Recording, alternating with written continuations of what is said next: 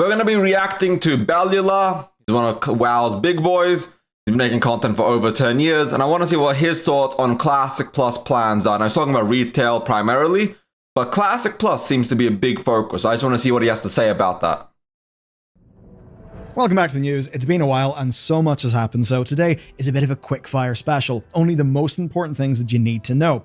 As an example, we don't yet know what 11.2 looks like, but we do actually know when it's going to release. And it's actually the fact that we've just got a patch that makes me so confident we're about to find out about the new one. That's because Blizzard have effectively stopped hiding their plans from us. So, 11.17 was live yesterday in the US, today in the EU. That almost certainly means the PTR for our next big patch is going to be up real soon. But with 11.17, we do have a bunch of stuff. There's the new Red Dawn story, that's one of the big ones. It's essentially setting up the Arathi stuff for the future. Then Overcharged Elves are in. They also have got a new source of borrowed power that they have actually just buffed. Lore Walking is also in, and it really is the one that's kind of the sleeper hit for me. Basically with it, you can play through some of WoW's most important stories in a brilliant guided experience. It's really well done, and apparently they've got plans for over 30 more. And then there's the real big thing, the one-button assistant. That's going to be massive, and I will say, going back and doing the storyline and explaining how to catch up with the lore is one of retail's best things that they've added in a long time, because retail's lore and storylines were cooked. It's absolutely atrocious how disjointed retail storytelling experience was. And a lot of new players genuinely and truly struggled to actively say how to actually play the game. But they would go in there and be like, now what? So this is one of the best features they've done, because for a lot of people it's completely inaccessible before they added this new feature. Over 30 more. And then there's the real big thing, the one-button assistant. That's going to be massive, and with all that said, we're about to find out what 11.2 is. But wait, hang on a second. I've inspected your debuffs, and you've actually got a bunch of dots on you. I'm going to fix them. Those dots are nasty recurring charges, and we're going to fix it with Rocket Money, who are today's sponsor. They make it easy, and you can... I'm going to let the Rocket Money ad play on mute, of course. I will say that retail as an overall experience has become a much better game over time. It's still not a game I'm particularly interested in as a Classic Plus enjoyer, somebody that's looking forward to that. But it is definitely a truly good change that they've done to retail, where they've made it more and more accessible, more and more better. They put more and more time into making the game feel smooth, play smooth, and be smooth. And I'm truly really proud that the retail devs have gone out of their way to make retail a better game. A lot of people have given up on retail, written it off, said it's a bad game, this and that. But it's actually really good. Retail is in one of the best spots it's been in a very, very long time. And as a Classic player, I'm honestly happy for them. Like, congratulations, Blizzard. You're finally cooking again. Like, good job. Now carry the goodness you're doing over in retail over to Classic, where you get all these patches, updates, changes, things happening all the time consistently. So we get a Classic Plus with forever more content, forever more things, and I'm really excited about that. But his ad spiel is about to be done, so let's get back to the video. Free, check it out, and then unlock more features to save you more money with premium, and that's rocketmoney.com/BellularWarcraft. Seriously though, here's the important thing about patch 11.2. Another round of turbulent timeways is happening, and you might think that's a non sequitur, but trust me, it isn't. This matters because it's a 6-week-long event, and it ends on August 5th. Now, every time Turbulent Timeways has been live, Blizzard have timed it perfectly where the event ends right as the next patch drops. And that almost certainly means that patch 11.2 will probably go live on the 5th of August, and currently what we believe is we'll embark on our journey to Koresh, the fallen ethereal homeworld. Honestly, pretty hype about that. I certainly wouldn't say it's unhinged speculation. I mean, just think about the final shot of patch 11.1, which pretty much just pointed at Koresh and said, you're going here next. So that patch being live on the 5th, then on the 12th, 1 week later, we would expect to get the final season of The War Within. Now, of course, I can't fully guarantee that. There's a chance something could go wrong. There's a chance that it's not Turbulent Timeways. Maybe instead it could be the Winds of Mysterious Fortune. You know, the event with the bonus XP, the bags, and renown. And actually, on the PTR calendar, it runs from July 17th until August 14th, which is a little bit weird that they're both there.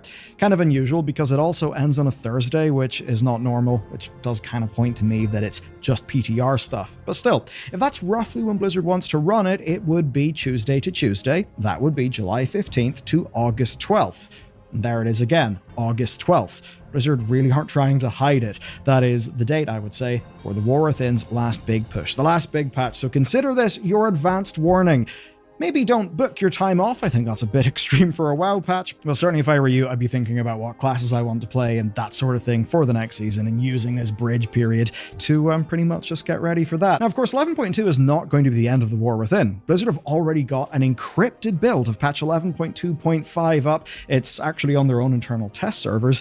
So essentially, the future never stops. The retail roadmap is one of the best things I've ever seen, and I really hope Classic gets that at Warcraft Direct this year or Gamescom whenever they're doing the big announcements. I want to have a clear timeline of everything that's coming for Classic, and I want to have proper dates. I truly, truly do want that. God, the amount of stuff they're shipping is kind of crazy. And while in one regard there's going to be a little bit of a pause, I actually think it's about to get a whole lot more crazy. And that perfectly brings me into our next topic. So beyond the future of modern WoW, where most of us think that after the last Titan, this is the part I'm interested in, because Bellylad's a retail channel for the most part. He does cover WoW here or there, but I actually want to see what his thoughts on Classic Plus is. Maybe be a world revamp or something. The other big question is, what lies in store for Season of Discovery? Except that that's not really a question anymore. So earlier we covered how Blizzard announced that they have finished with Season of Discovery and that now they're moving on. The good news is we essentially know what they're working on next, and being real with you, I'm really excited. So last week, a new Blizzard survey made the rounds, and I would certainly say they are done being subtle. Now, I didn't literally say that Classic Plus is in the works, but they may as well have. Check this out. They're asking about a hypothetical new version of Classic. They ask what players would want to see, and here are the suggested things in the survey. Shamans and paladins on both factions, which is sure to be a little bit controversial. I think it's good. New abilities, modern things as well, like collection systems, also profession changes for better solo play, an account-wide progression system for alts, achievements, and they go even further. They ask if people want playable high elves, even for both factions. They ask about classic versions of modern zones like Hyjal and Gilneas, and they even talk about entirely new zones. Yes, new zones that we've never seen before. Also, new dungeons, new raids, even new classes, not existing ones backported, but completely unique new classes for Classic. Now, obviously, this is just a survey, but it does confirm the sorts of things that Blizzard actually wants to hear from their players about. And it all does point towards Classic Plus, where they're just trying to figure out what the hell it's going to look like. The issue with Classic Plus is that if they do everything here, it's just WoW 2. If they literally do every single thing in this survey, it's quite literally just the World of Warcraft 2. And that's not what a lot of the player base wants. What a lot of people really want is content, new things, but not everything here. Or everything here, but done in unique, specific ways, specifically for Classic Plus. But the survey itself shows that Blizzard is really looking at a lot of things. I can tell you right now they're not going to do War Mode, but it would be interesting to see what that would even look like if they did. Luckily for them, though, they have got plenty of inspiration. And we don't talk about it that much, because honestly, if you talk about it too much, you do get a bit of a slap in the wrist from old Daddy Blizzard. But here's the funny thing. Like, someone else acknowledges it. Like, don't get me wrong, TWoW, Epoch, they do a good job. You're just not meant to talk about it too much. It's why I only talk about it on stream on my second channel. But, like, they have a lot of inspiration to steal from. And I've said this before, but steal all the good things as often as you can. Blizzard Entertainment would not be the first people to go and make Classic Plus. They have already got so much inspiration out there because, well, Ascension and Turtle WoW. Those have obviously got loads of attention. I think Season of Discovery basically reawakened in people a desire for more of that type of World of Warcraft. And if they're looking for specific stuff, I mean, Turtle's high elf content is pretty neat looking, and I'd say with that existing and being popular, it's no coincidence that Blizzard are mentioning high elves in their survey. They know that people want that because even retail wants this. Retail still does not have this. So of course we want it in Classic. Please. Because they're playing it on Turtle. So clearly, I'd say they've been watching their competition, they've been stealing ideas, which is a little bit inherently strange. You do wonder why they don't shut down Ascension, why they don't shut down Turtle. They could absolutely do that if they wanted to, but maybe the fact that they haven't yet shows that at some point they're going to want to woo people over to their Classic Plus, and that perhaps to do that, they will need to be in with that community. And beyond even those, if you want more ideas, here are some old fan-made concepts that have been floating around for ages that are essentially expanded Classic zones where, if you're in a Classic Plus team at Blizzard, you can absolutely just go completely wild. Do new lore, new content. Some are completely fresh things, others are basically pre-Cataclysm versions of later zones, which again would be really cool to see. So the possibilities are endless. It seems like we're actually going to get Classic Plus, and that does answer a really big question. You see, for me, WoW Classic was always neat, but not exactly something I'd feel like I'd want to put a hell of a lot of time into because there'd be an expiration date. If Classic Plus exists, that's basically a commitment that there's a new type of World of Warcraft that you can play indefinitely. That's what I've been saying. A huge portion of the SOD player base, or the Classic Plus player base, didn't commit to SOD because of the end date. We always knew it was going to end, so nobody truly wanted to put all their time and energy and eggs into one basket because they knew it was going to end. So hearing Bellular confirm what I've been saying is fucking divine, because truly, we just want a game where that's not going to end. We want a game where it's going to continue forever. And that's what Classic Plus's biggest draw is. It's the new content, but it's forever content without an end date. For so many people, that means that the time they spend in it will count a hell of a lot in the future, right? That it won't just be like playing a seasonal character in an ARPG where you throw it in the bin and just have another go again. And Phase 3 did. No, Phase 3 did truly damage SOD as well. That was one of the bigger parts that did impact it. So hopefully Classic Plus doesn't have a Phase 3. Hey. It actually lasts, if it actually matters, then you got 2 World of Warcrafts running parallel in the truest sense. Next up, I'm hopping back to Modern, where we've actually got other good news. It's interesting to hear that like retail players are excited for Classic Plus as well, which effectively to me does kind of soft confirm that Classic Plus is not targeting the die-hard dedicated Classic players. It's targeting the middle ground. The huge retail population doesn't really want to play retail, but is playing because they don't want to play original Classic. The SOD players and all the people that quit, all the Classic Plus players, it looks like they're aiming for an audience that is drastically larger than what's available right now to them. So it means that Classic Plus is going to be a game that hits multiple different metrics, multiple different audiences. They're probably trying to aim for 4 or 5 million people coming back. Will they be able to actually keep that many people playing the game? Because even 2019 didn't. It's debatable, but it'll be interesting to see what they're able to actually accomplish with Classic Plus. Because the retail player base is definitely going to give it a shot, knowing that it's a forever game mode. So hey, we'll see. Blizzard are finally learning, it seems anyway. So, you probably noticed how every patch of the War Within has had one major problem, and that problem is fear. Blizzard being scared because everything has ended up launching in an undertuned state. I mean, just remember Cersei Circle as one example.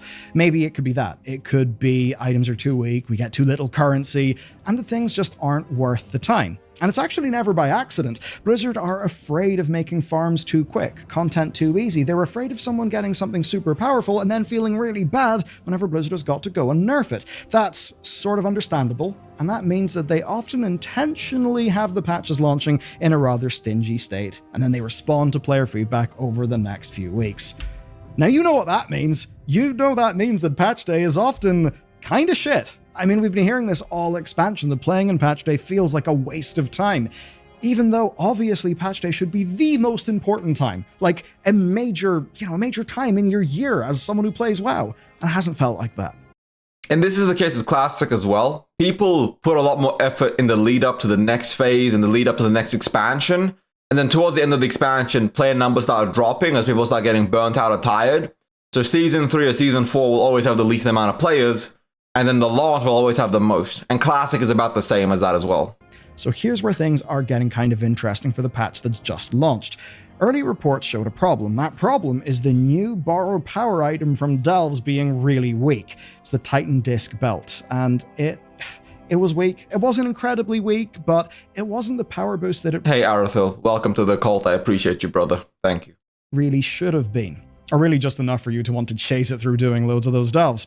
That's where there's good news. Blizzard actually caught this problem early, and for a change, in a hotfix just days before launch, they just went and buffed the hell out of the belt. So it used to start at Myth 8 out of 8, which was item level 684. Now, well, it starts higher than any other item in the game. So once the patch hits, if you just go and do your overcharged delves ASAP, you'll get this massive belt, and then you can power boost it all the way up to item level 701, which is bloody massive. Now, before this... I am going to skip over to like some of the other things, because I'm not a retail player. I don't play retail. My audience doesn't play retail.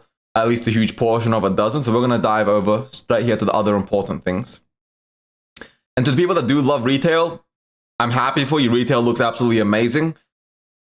I'm going to see you guys at midnight, but for the most part, you know, Classic Plus is where it's at.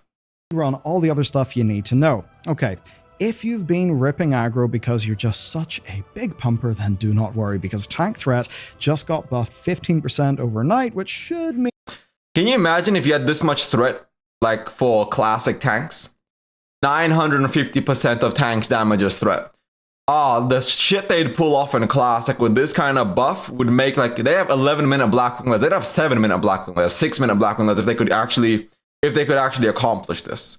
If they put this in classic, that you never really lose threat as a tank, it would be a game changer to a lot of people in the way they play WoW.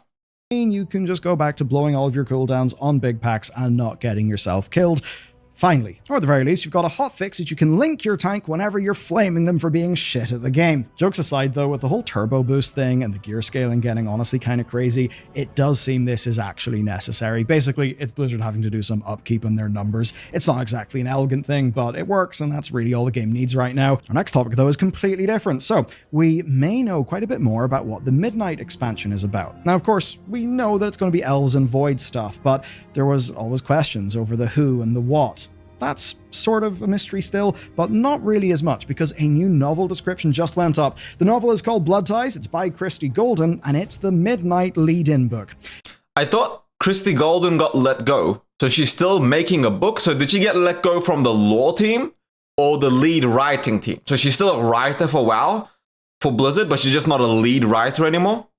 Because I know Chris Metzen came back and essentially took over the entire lore team, but I thought Christy Golden had been let go. Follows Arator, who is the son of Illyria and Turalyon. He's got a very edgy new design, and he's basically following in his parents' footsteps. But here's the kicker. He's investigating remnants of the Legion that appear to be reactivating. Yes, the Burning Legion. It seems it is actually making a resurgence. Now, there's a lot of ways that... The Burning Legion's back. You know who else is back? Kyle Thuss. We gotta teach this man a lesson for the third time. Well, I wonder if Illidan will be in this as well. If it's the Burning Legion, they might be bringing Illidan back as well. But Illidan is the jailer for Sargeras. So that lore is going to be kind of interesting to see what they actually pull off here. But hey, we'll see. It's pretty soon anyways. Could go. I very much doubt that they've just rehydrated the Burning Legion and now they're back again in exactly the same way. That would be, honestly, pretty shit, and it wouldn't really be believable. That being said, the whole point of the Burning Legion is that was demons being bound to the will of Sargeras. Now that Sargeras is in jail, maybe some of those demons will start to get ideas of their own. Okay. That is interesting though, because yeah, for the entire time, the Burning Legion, they had their own goals, but the goal was always destroy life. Destroy all life. So now that Sargeras is gone, is the goal destroy all life, or is it conquest and take over planets? Are the demons even all really evil? Because there's been shown that not every single demon is evil. Demons have their own selfish expectations. Some demons just don't give a shit. They'll do what they want, like the Eredar. The Eredar are not fundamentally evil. The Eredar are fundamentally an arcane race. Well, they're now a Legion race. So I wonder what this is going to lead to. Because Illidan has demon powers. So does this mean there's going to be other demonic elves there? The remnants of the demon hunters, other factions that are just there in Midnight? I'm curious to see what direction they really take here. Next topic then. If you want to get into Mists of Pandaria but you don't have a character, your only option was to buy a boost. But now something different's happened, because you can just play Season of Discovery instead. There's been a substantial drop-off in Season of Discovery players, about 30% since the final phase. But if you buck the trend, if you play enough to... It actually is even more. It dropped from 75k to 40,000 people playing SOD right now. So over half of SOD's player base has quit, and that is devastating, but hey, it is what it is. Kill the Scarlet Enclave's final boss, you will get a free ramp on to Mists of Pandaria. This is also getting harder and harder. People can quite literally not find groups to run this. Hello Jay Tello, my boy, his guild stopped. A lot of guilds have stopped raiding. Like, a lot of SOD guilds have effectively disbanded or stopped raiding for the most part. Because SOD is over, right? Nobody's actually playing this, and it's a travesty, but it is what it is. Basically, they'll give you a level 85 boost for Kata Classic if you defeat the raid, which is honestly kind of crazy. But it's not your only option, because if you'd rather the old-fashioned way, there is good news as well. Kata has now got a 50% XP buff, and that's going to last until the Mist pre-patch arrives, which is going to be at the start of July. And overall, man, there is so much World of Warcraft right now. I've got no idea how to do it all at once. For me, that'll be a real big problem whenever Classic Plus comes, because Plus there really does matter for me. I'm thinking of like an OSRS, so yeah, I don't know how we're supposed to play all of this World of Warcraft. And that's the thing, a lot of people don't actually want to play all these versions. A lot of people only want to play one version. So the retail players want to play retail. The Classic Plus players don't want to play anything until Classic Plus. The SOD players just wanted to play more SOD while they waited for TBC or Classic Plus. The Anniversary players don't want to play SOD. They don't want to play TBC either. A lot of them are just there to play Era over and over again. The player base is beyond fragmented, and I don't even think it's in a good way either. I honestly think that the player base's fragmentation is not good. It's not amazing, it's not top tier, but it is what it is. But I think Classic Plus and Retail running side by side as the only major game mode will solve a lot of those issues. But that's, if we're being honest, not till at least another year plus. But Balila with another amazing video. I used to watch his videos all the time when I used to play Retail. I don't really watch him as much anymore because I don't really play or follow Retail. But with Midnight WoW coming, I'm probably going to be watching him more as we get towards Midnight, because I am excited about Midnight. I want to see what they do, because like I said before, this is Chris Metzen's first fully written by Chris Metzen story expansion, first expansion. Since effectively they gutted Warlords back in 2014, because he quit during early Warlords, and they completely gutted his whole storyline. There's meant to be 5 raid tiers in Warlords, multiple new faction hubs and capitals, and they scrapped almost all of Warlord storytelling to skip through WoD and make Legion. So I'm excited to see what Chris Metzen is cooking up here. But if you guys do want to see more from Balila, I have a video description down below. You can go check him out. And thank you all for watching. If you like this reaction, like and subscribe. If you hated it, understandable. Dislike and subscribe and become a dedicated hater. We don't half-ass hate on this channel. We full-ass it. Thank you all very much. Ebonard out. Peace.